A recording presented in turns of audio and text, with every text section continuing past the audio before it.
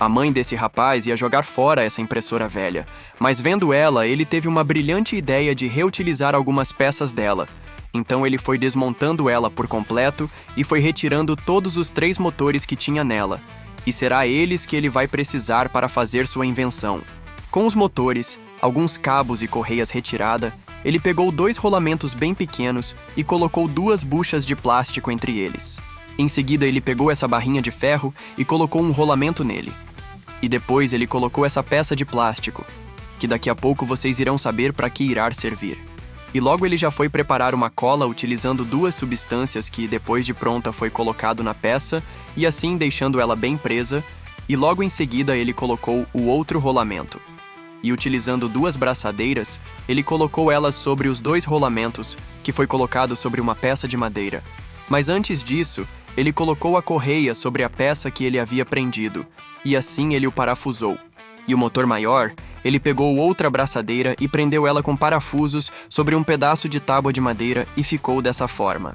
E em seguida, utilizando uma caixa de madeira e uma régua, ele foi alinhando onde irá ficar a peça que ele havia feito. Com o local marcado, ele prendeu ela com cola e, para firmar mais, ele colocou um martelo por cima.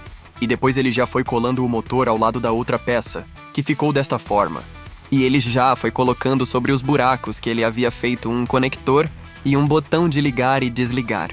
E para adiantar 90% do processo, ele já foi prendendo os fios no conector e no botão de ligar e desligar, usando uma máquina de soldar fios. Com tudo isso pronto, ele colocou um cabo de carregar no conector e ligou.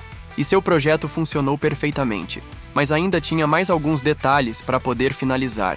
Então ele fechou a tampa da caixa e com a serra que havia na ponta foi cortando a tapa e ficando só a metade dela para fora.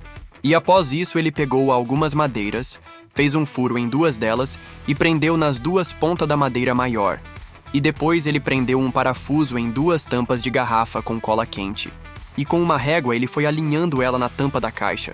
E com as tampas e o parafuso, ele apertou para assim prender a madeira na tampa. Agora ele tem uma mini serra de serrar madeira. Veja o quanto ela corta com muita facilidade. Agora me diz uma nota de 0 a 10. Qual você dá para essa invenção? E para ajudar, curta e siga e compartilha.